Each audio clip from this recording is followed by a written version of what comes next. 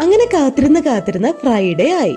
7ാമത്തെ ഡേയിലേക്ക് കടക്കുക അല്ലേ. ഇന്ന് കുറച്ചധികം എക്സൈറ്റഡ് ആണ് കേട്ടോ. എന്താന്നല്ലേ വഴിയേ പറയാം.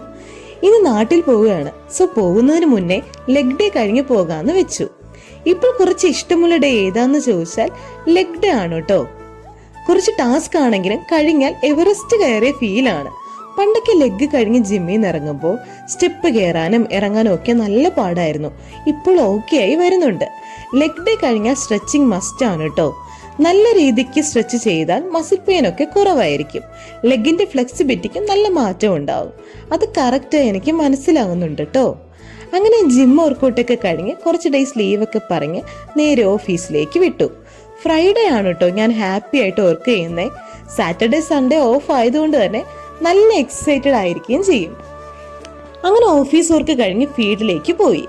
ഒന്ന് ഫ്രഷപ്പ് ആവാനും എനർജറ്റിക് ആവാനും വേണ്ടി സ്ഥിരമായി കഴിക്കുന്ന പോലെ കരിക്കും എടുത്തു.